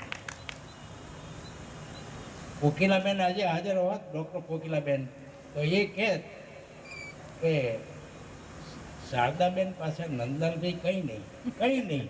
એટલે એનો અર્થ એમ કે ઝીરો. હું ક્યાં ઝીરો અને ક્યાં ખરેખર મને પણ એનો ગર્વ થાય છે કે આ લગ્ન જીવન મારું કેટલું બધું અદ્ભુત છે કે તમને પણ ખ્યાલ નહીં આવે એટલો આનંદ હજી પણ એનો યાદ કરીને ભોગવી શકું છું. કેટલાક વખતથી મને એકાદ કડી યાદ આવ્યા કરતી હતી. અત્યારે પણ નથી યાદ આવતી, પણ કડી યાદ આવતી કે ભાઈ ભગવાન, તું મારી કંઈ ભૂલ થતી હોય માફ કરતી. તો મને એમ થયું કે સારું આ કેમ યાદ આવ્યા કરે, કંઈ કારણ હોવું જોઈએ, કંઈ ગડબડ ન થઈ જાય સારું. કારણ કે મેં કેટલાય વખતથી બોલવાનું બંધ કર્યું. મારો ધંધો જ બોલવાનો હતો. બોલવા ઉપર તો અમને પગાર મળતો હતો.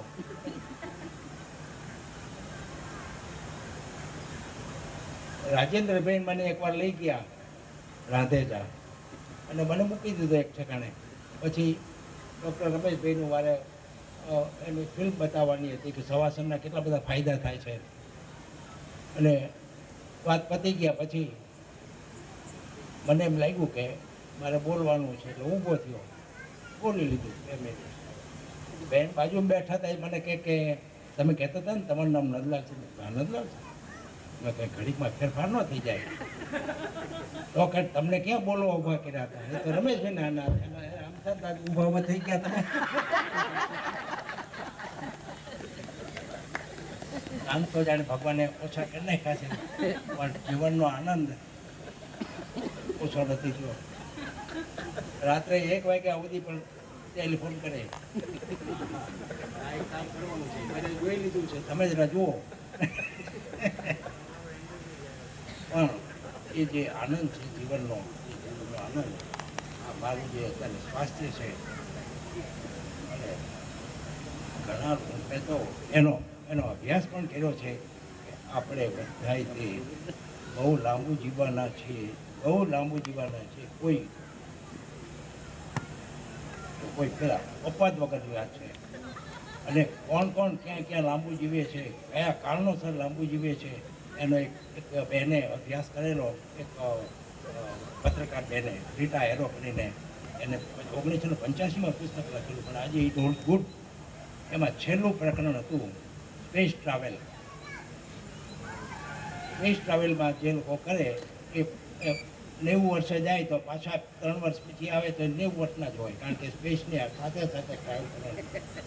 રમેશભાઈનું જે ધ્યાનની પ્રક્રિયા છે એ સ્પેસ ટ્રાવેલ જ છે. બોમ્બેમાં 2 ટ્રેનો હારે જતી હોય તો બંનેની એક જ સ્પીડ થઈ જાય તો તમને એમ લાગે સ્થિર છે, એમણે ટાઈમને સ્થગિત કરી દીધો છે. કોઈ ખરેખર કહું છું, આપણે we are very lucky too. હું એકલો નહીં, પણ તમારા સમાજ પણ એમનો ઉપકાર કદી પણ નહીં ભૂલે એવી પરિસ્થિતિ છે. અમે બંને આમ તો એક જ બોટના આપણે સાથીદાર છીએ. બંનેના પત્ની ગુજરી ગયા છે. મારા મા બાપ તરીકે મને જે જીન્સ મળ્યા એમાં અમે 3 સંતાનો, મારી 2 બહેનો, હું 3 જીવતા છીએ, પણ 3ના સાથીદાર, જીવન સાથે જતા રહ્યા છે. ભગવાનનો મારો ઉપકાર છે, એમનો હું પહેલો ઉપકાર માનું છું. મા બાપનો ઉપકાર માનું છું, રમેશભાઈનો ઉપકાર માનું છું, સુધીરભાઈનો ઉપકાર માનું છું, અને ચંદ્રકાંતભાઈ અમારે ભૂલાય નહીં. સગા કરતા વિશેષ, ભલે સગા કરતા વિશેષ મને પ્રેરણા બધી જે આજે મળી એ પ્રેરણા મને હંમેશા માટે કામ લાગશે. એના માટે તમારો ખરેખર ખૂબ ખૂબ ઉપકાર, ખૂબ ખૂબ આભાર, ખૂબ ખૂબ આભાર.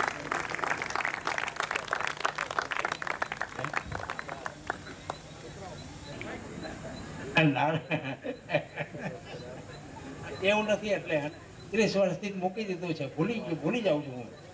એક વખત તો ગડબડ એવી થઈ ગયેલી કે હું બોલવા ઊભો થયો અને લોકો હસી પડ્યા, ખૂબ હસી પડ્યા. એટલે મારી બાજુ બેઠા હતા એ વખતના વલ્લભભાઈ પટેલ, એ વખતે રાજકીય પેલામાં હતા, અહીંયા પ્રધાન નહોતા થયા. મેં કીધું શું થયું? કે કંઈ નથી, અહંકાર રાખો ને. પછી પાછા અમે ઘરે જવા નીકળ્યા ત્યારે પૂછ્યું કે શું થયું હતું? પણ કે કંઈ નથી.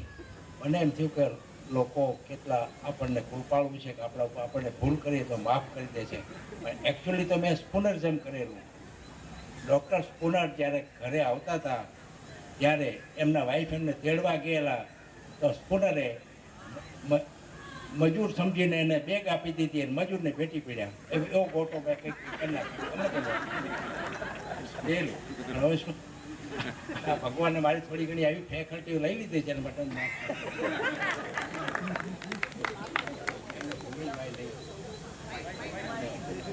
રમેશભાઈ મારું જે ધ્યાન દોર્યું એના માટે હું ઉપકાર માનું છું.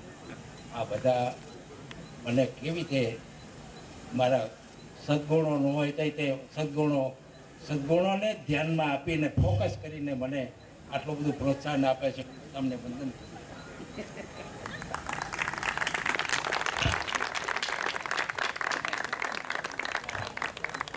थैंक यू दादाजी.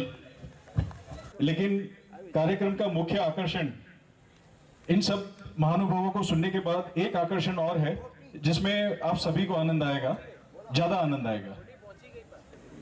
नंदलाल भाई की जीवन के ऊपर कुछ अनकही बातें हम लोगों के लिए एकत्रित की हैं और मैंने जब इन बातों को कंपाइल किया तब मुझे लिखते लिखते भी काफी रोमांच का अनुभव हुआ और मैं ये 100% इसमें बिलीव करता था कि जब ये बातें हम लोग आप लोगों के साथ भी शेयर करेंगे तो ये बातें आपको भी बहुत अच्छी लगेंगी। मैं जानता हूं थोड़ा लेट हो गया है, लेकिन 15-20 मिनट और इसमें आप लोग काफी अच्छा लगेगा।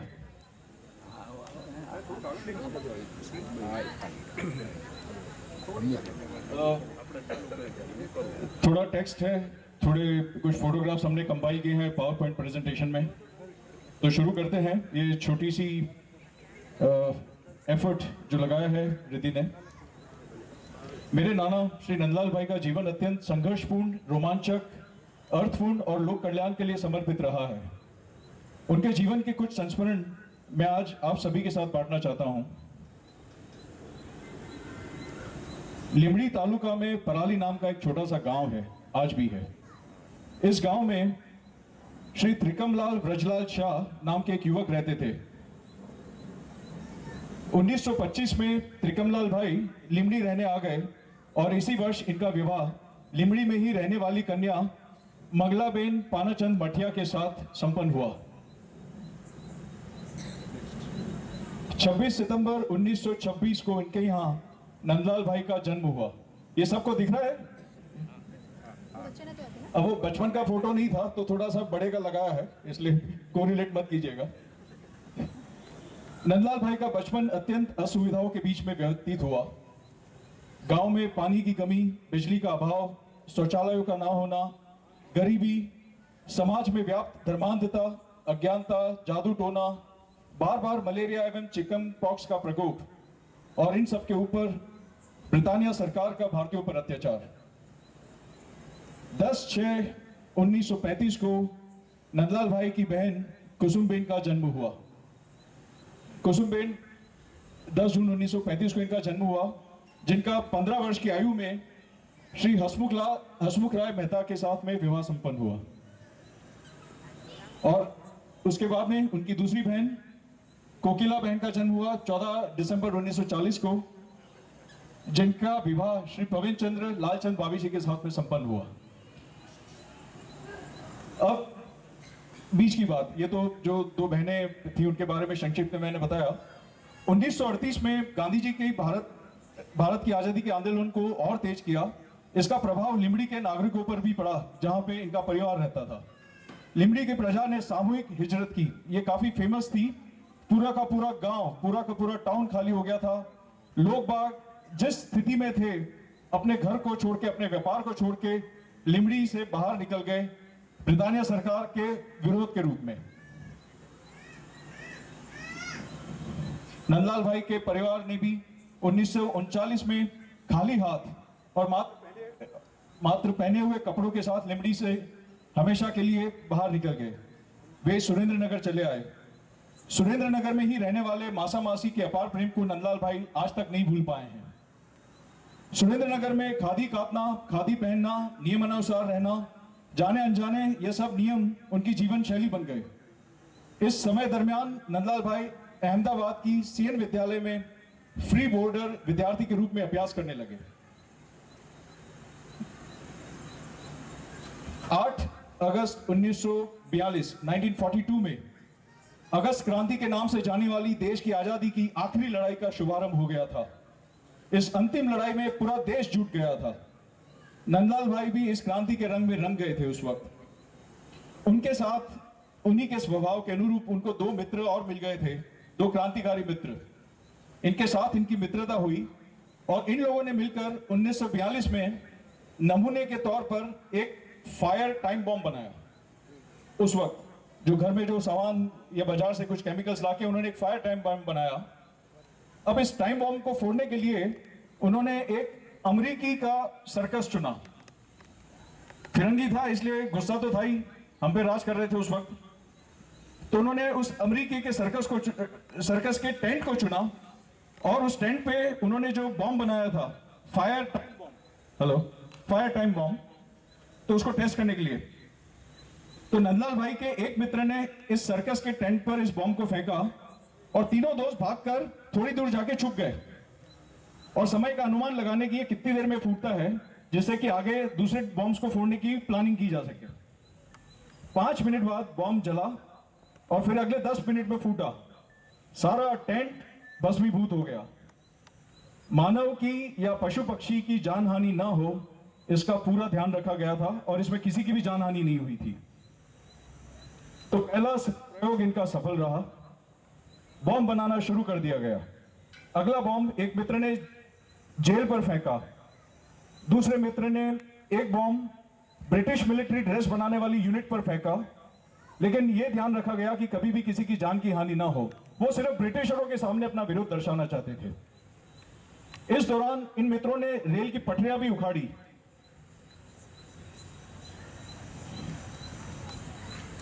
एक बार इस पटरी वाले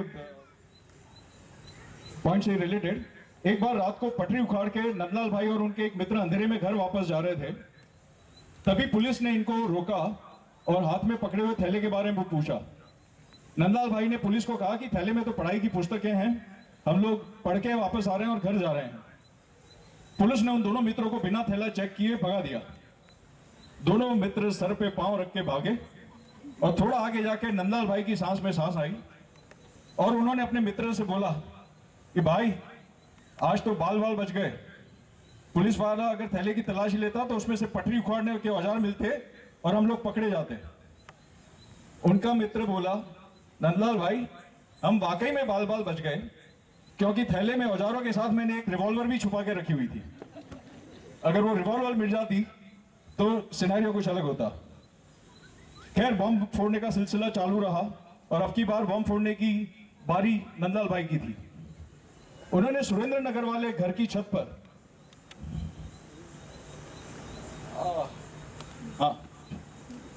ये इनका जहां पे सुरेंद्र नगर का इनका ये घर है, इसके तीसरे माले की छत पर ये जो डोली है, यहां पे इन्होंने एक बॉम्ब बनाया था नंदलाल भाई ने अपने हाथों से। और उन्हीं के क्रांतिकारी मित्र ने बंगाल की किसी फैक्ट्री से केमिकल्स वगैरह लाके इनको दिए थे। तो यहाँ पे हाथों से बॉम्ब बना के उन्होंने रखा और एक उपयुक्त मोटर। अच्छा, जहाँ पे बॉम्ब बनाया था वो जगह अभी भी काली पड़ी हुई है और वो अभी किरीट मामा देख के आए थे। हम लोग थोड़ा सा पीछे जाएंगे, मैं ये संस्मरण तो सुना देता हूँ। अब नंदलाल भाई ने खुद बॉम्ब बनाया और लगातार 6 महीनों तक इसे फोड़ने का उपयुक्त मौका ढूंढते रहे। बॉम्ब को वो कोट की जेब में लेकर घूमते रहे। छोटा सा बॉम्ब था लेकिन काफी पावरफुल था, उसमें छर्रे भी थे, केमिकल्स भी थे और उनकी पहले से ही आदत थी कि वो कोट पहनते थे और लेफ्टी थे। तो हाथ उनका लेफ्ट साइड की कोट की जेब में ही रहता था बॉम्ब को पकड़े हुए, कि कहां मौका मिले और बॉम्ब फोड़े, जिससे कि किसी जान हानि भी ना हो और ब्रिटिशरों को वो तकलीफ दे सके। बॉम्ब को कोट की जेब में छुपा छुपा कर वो 6 महीने तक घूमे। आखिरकार 5 फरवरी 1943 को उन्हें मौका मिला। इस दिन सुरेंद्रनगर से जाने वाली रेलगाड़ी में वो बैठ गए और सुरेंद्रनगर की भोगावो नदी के ऊपर रेल के पुल से चलती रेलगाड़ी से उन्होंने बॉम्ब को फेंका। बॉम्ब फेंकने के बाद में बहुत बड़ा धमाका हुआ और पूरी रेलगाड़ी हिल गई थी। लोगों ने उस वक्त अतिशयोक्ति में यहां तक कहा था कि गाड़ी 4 इंच तक उछल गई है, इतना बड़ा ये धमाका था। और उस बॉम्ब के छर्रे कुछ नंदलाल भाई को भी लगे थे। अब बॉम्ब फूटने के बाद में रेल को तुरंत रोक लिया गया और चूंकि रेल पुल के ऊपर थी, वहां से किसी का भागना मुमकिन नहीं था। रेल को रोकने के बाद में इसकी तलाशी ली गई। अब जिस डब्बे में नंदलाल भाई बैठे थे, उसी डब्बे में सफर कर रहे एक व्यक्ति जिनका नाम था फ्रांसिस ने पुलिस को बताया कि बॉम्ब इस आदमी ने फोड़ा है। काम पूरा हो गया। पुलिस ने नंदलाल भाई को पकड़ लिया और फ्रांसिस सरकार का चश्मदीद गवाह बन गया और पुलिस ने नंदलाल भाई को गिरफ्तार करके जेल में डाल दिया।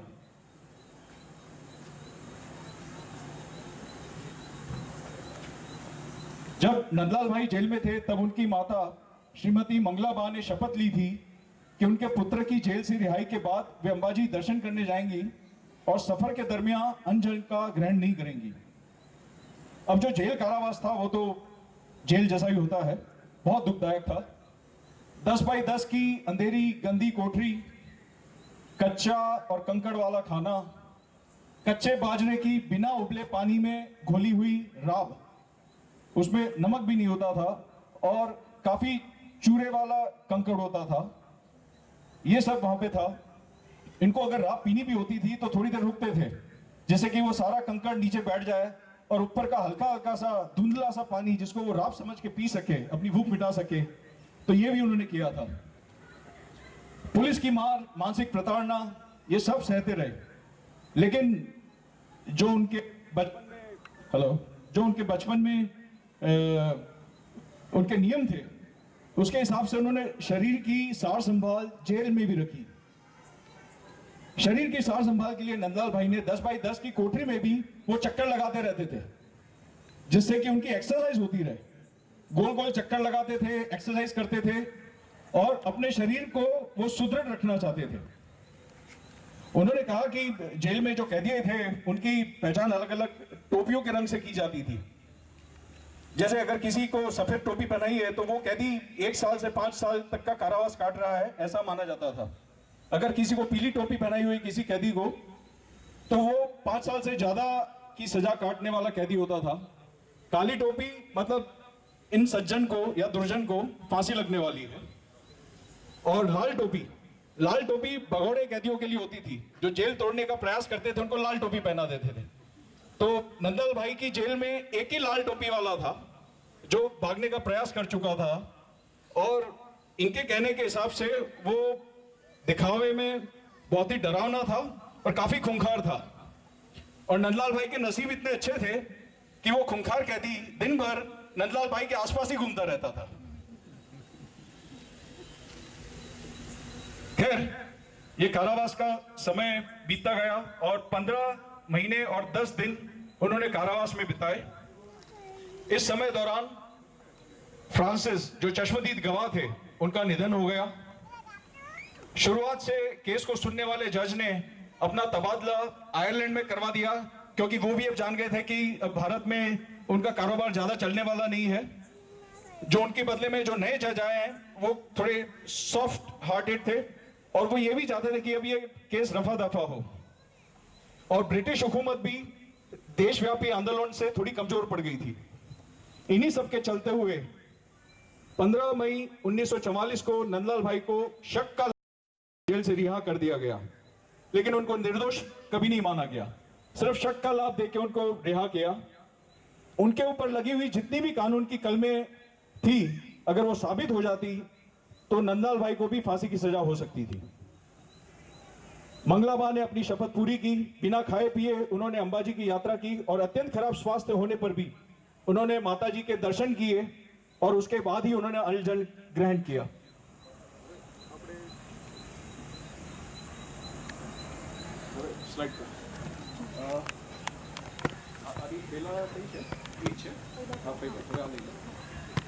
uh, 1946 में उनका विवाह माणेकचंद लालचंद वोरा एवं शांताबेन की पुत्री शारदा से हुआ। शादी के मात्र 4 दिन पहले ही सुरेंद्र नगर में एक बैंक खुली थी और नंदलाल भाई को उस बैंक में पहली नौकरी मिल गई। फिर ये शारदाबेन और नंदलाल भाई के उस वक्त के फोटोग्राफ्स हैं। 4 दिसंबर 1946 को इनका विवाह हुआ। ये थोड़े आगे की बात है, उनकी सेना भी तैयार हो गई थी फिर तो।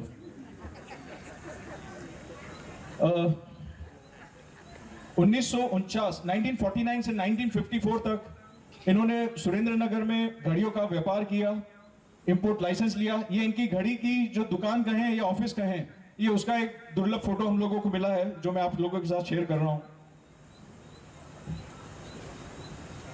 नंदलाल भाई विद श्री छोटू भाई जोशी, फेवरेट वॉच कंपनी उस वक्त काफी फेमस हुआ करती थी, उसके जो मालिक थे छोटू भाई जोशी, उनके साथ में नंदलाल भाई का फोटो।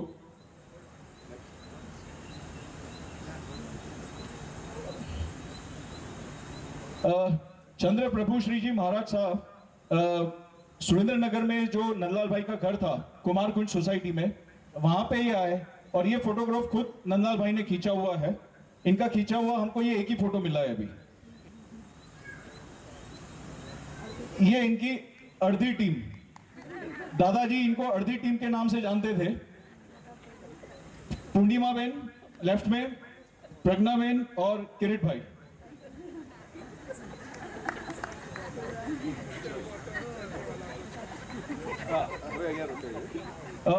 जैसा मैंने बताया आपको 1949 से 1954 तक घड़ियों का व्यापार और इन्होंने इंपोर्ट का लाइसेंस भी लिया था। 1954 से 1956 तक मोरबी में इन्होंने विभिन्न बीमा कंपनियों का छोटा मोटा काम किया और 19 फरवरी 1956 को 200 कंपनियों का राष्ट्रीयकरण हुआ स्वाधीनता के बाद में, और नंदलाल भाई को इस कंपनी में, इन कंपनियों में इंस्पेक्टर के रूप में पगार मिलना शुरू हुआ।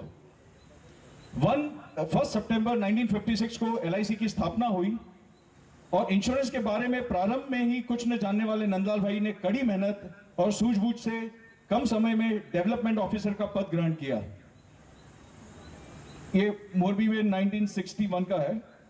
ओके। 1956 से लेकर 1958 के बीच में उन्होंने काफी सारे इनाम, मेडल, सर्टिफिकेट्स मिले उनके परफॉर्मेंस के बेसिस में। 1958 में उन्हें परफॉर्मेंस के कारण LIC ने ऑल इंडिया में उनको थर्ड रैंक अवार्ड किया, थर्ड रैंक का उनको इनाम दिया। 1961 से 62 के बीच में मोरबी में उनका प्रमोशन हुआ और वो असिस्टेंट ब्रांच मैनेजर बने।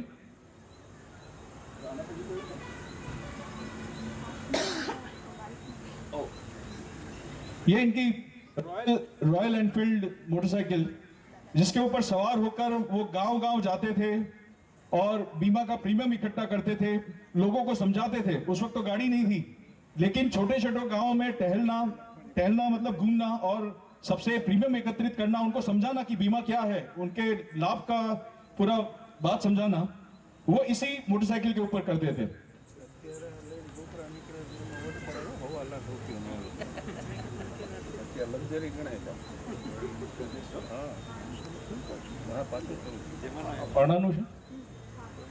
Okay. Shri Trikamlal Brajlal Shah and family members at Mohan mansion Morbi. यहाँ पे शारदाबेन और कोकिलाबेन, मतलब नंदलाल भाई की पत्नी और नंदलाल भाई की बहन, उन लोगों ने अट्ठाई की थी, तो अट्ठाई के पाड़ने के वक्त ये फोटो खींची गई थी।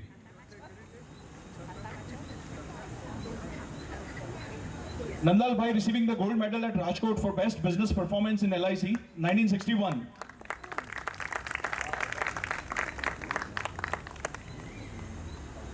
अब 1963 से 1965 तक इनका जूनागढ़ में ये रहे, इनका जूनागढ़ ट्रांसफर हुआ था। इनको ट्रांसफर करने से पहले LIC के बड़े साहबों ने नंदलाल भाई से पूछा, नंदलाल भाई તમે એકવાર જૂનાગઢ જઈને જોતા હો, તમને ફાવે એવું હોય તો જ આપણે ત્યાં ટ્રાન્સફર આપશું। तो उनके साहब ने उनसे उनकी मर्जी पूछी कि आप अगर जाना चाहते हैं तो आपको वहां भेजेंगे। तो ये उस वक्त के लिए काफी बड़ी बात थी। फिर 1965 के दौरान जूनागढ़ में शारदाबेन, कल्पना और ख्याति नंदलाल भाई के साथ में,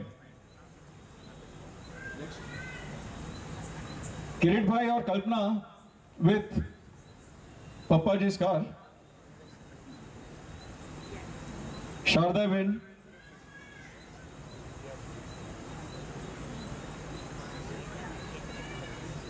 अब 1966 से 68 तक वो जेतपुर में ट्रांसफर हुए।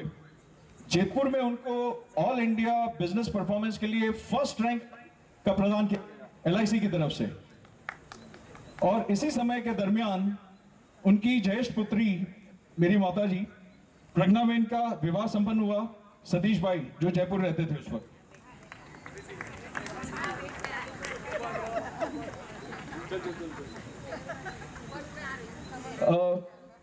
तत्कालीन मुख्यमंत्री श्री बलवंत भाई मेहता उस वक्त जूनागढ़ आए थे और टाउन हॉल में LIC की टीम ने उनका स्वागत किया था, जिसके मुखिया थे नंदलाल भाई। तो उस वक्त के जो चीफ मिनिस्टर थे उनके स्वागत की ये तस्वीर है, वो भी आप लोगों के साथ में मैं शेयर कर रहा हूं।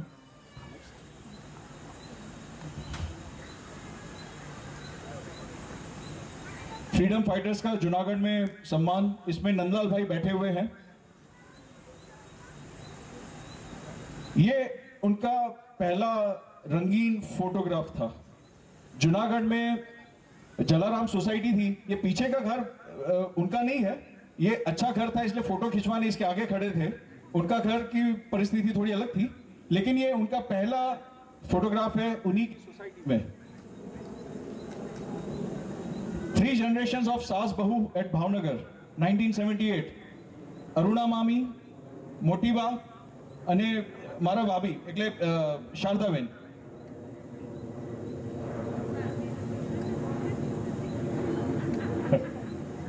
और मामी की शादी के बाद में मतलब ये पहली होली मनाई गई थी भावनगर में, जिसमें भाई भी दिख रहे हैं, नंदलाल भाई भी दिख रहे हैं, ये रहे। और बाकी ये टीना मासी हैं, अरुणा मामी हैं, मीना मासी हैं, प्रवीण फुआ हैं पीछे। बाकी के चेहरे के रंग ऐसे हैं, मैं कुछ नहीं बता पाऊंगा। Farewell party at Mehsana for Nandlal Bhai upon his retirement from LIC on 26 September 1986। इसके बीच में ये कहाँ पे गए मैं बहुत संक्षिप्त में बताता हूँ।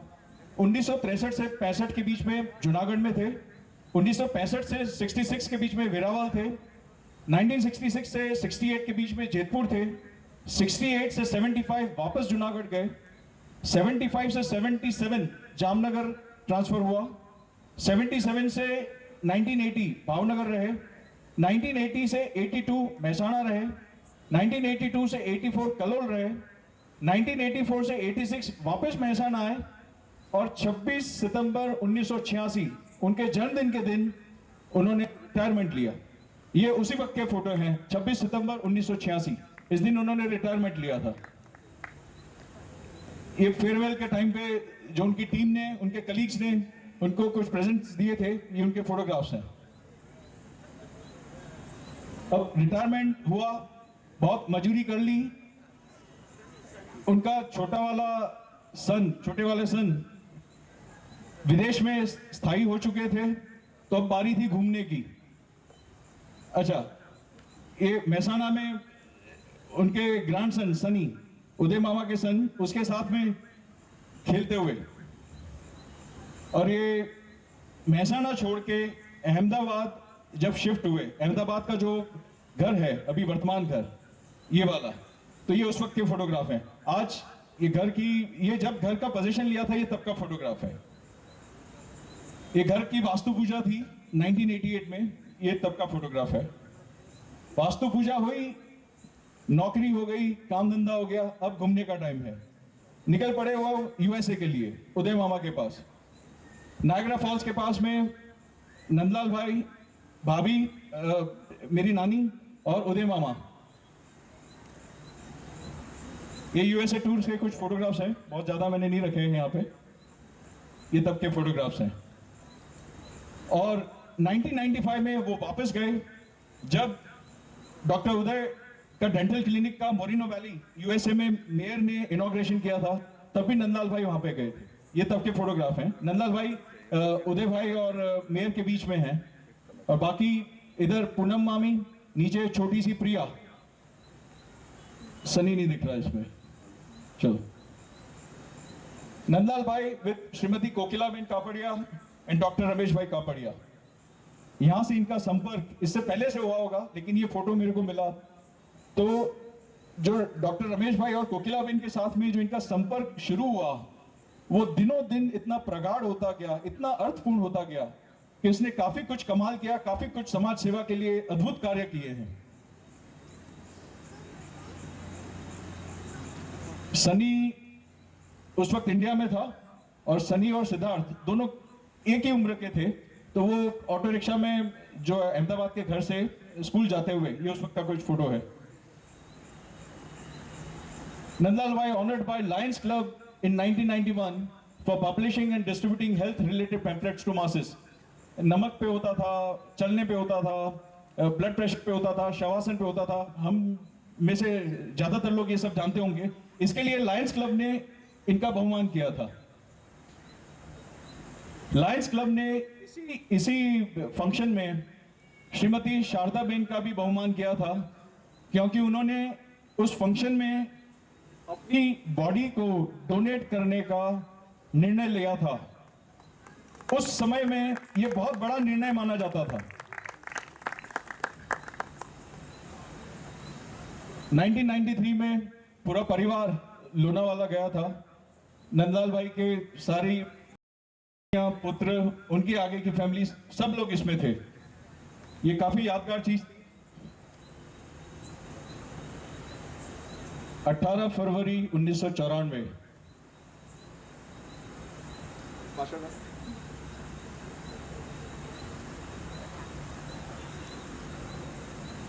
ये फोटो ऐसे कह रहा हो जैसे कि शारदा बेन नाना जी को तिलक लगा के कह रही हो, गुड बाय, हम लोगों का साथ यहीं तक था, आगे आप आपकी खुद की और मेरे पूरे परिवार की साथ संभाल रखना। उनका देहावसान हो गया था उस दिन। Sad demise of Srimati Shardaben Nandlal Shah on 18 February 1994. Her body was donated as per her wish. Nandlal भाई इतने बड़े लॉस के बाद में भी उनको एक नई शक्ति, एक नई प्रेरणा मिली और इस प्रेरणा में जुटकर उन्होंने अपने जीवन को ज्यादा से ज्यादा समर्पित किया समाज के लिए, अपने परिवार के लिए, अपने इस विशाल परिवार के लिए। और उन्होंने काफी एक्टिविटीज की, काफी कुछ किया जो हम सब जानते हैं। Nandlal Bhai being honored by Lions Club as a freedom fighter in Ahmedabad on 7 September 1996. Nandlal Bhai with Swami Satchidanand ji and Dr. Ramesh Bhai Kapadia. ये साल मेरे को मालूम नहीं था, इसलिए मैंने नहीं लिखा इसमें। बहुत ही क्लोज और बचपन के मित्र नंदलाल भाई के श्री बाबू भाई पाटड़िया, जो अभी कुछ ही समय पहले इनका देहावसान हो गया है। एक अन्य काफी नजदीकी मित्र श्री मनु भाई दोषी, उनके साथ में नंदलाल भाई। समझ शिखर की यात्रा के दरमियान का ये फोटो खींचा हुआ। पिछले वर्ष का बर्थडे उन्होंने घर पे मनाया था परिवार के साथ में, डॉक्टर जितेंद्र अड़िया के साथ में। इस साल रक्षाबंधन के दिन अपनी दोनों बहनों के साथ में और अपनी पुत्री ख्याति के साथ में उन्होंने रक्षाबंधन बनाया। उनका ये थोड़ा फोटो बाद में आया है। उनका 85वां जन्मदिन 5 साल पहले पूरे परिवार ने एकत्रित होकर वापस से लोनावाला के एक दूसरे रिसोर्ट में मनाया था। ये तब का फोटोग्राफ है। Very good. ये फोटोग्राफ बहुत पुराना नहीं है, कुछ महीने पहले का है। किरीट मामा और अरुणा मामी अभी अमेरिका गए थे और उस वक्त नाना जी बंबई गए थे पूर्णिमा मासी के यहाँ पे रहने के लिए।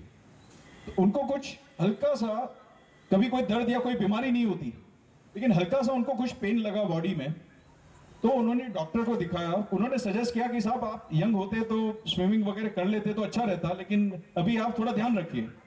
बात चुप गई। स्विमिंग इंस्ट्रक्टर के साथ में कूद गए वहां के स्विमिंग पूल में और पूरे 15 दिन तक वहां पे उसके साथ में स्विमिंग सीखी उन्होंने। मैं उसका एक छोटा सा क्लिप भी आपको दिखाऊंगा।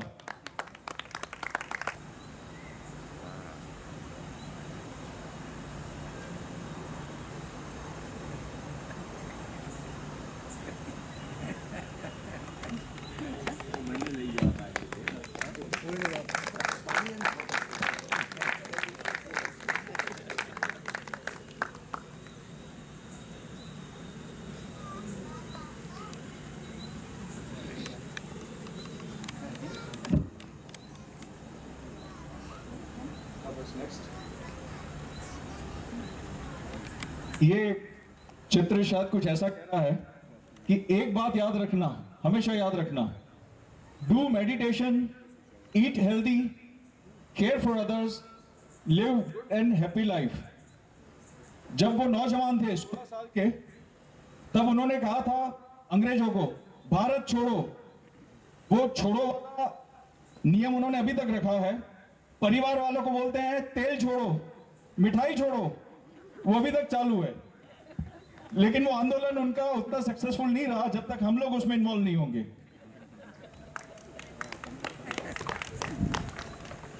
The journey continues.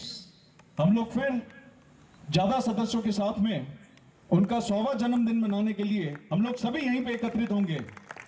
इसके साथ में ही मैं धन्यवाद देता हूं आप सभी को।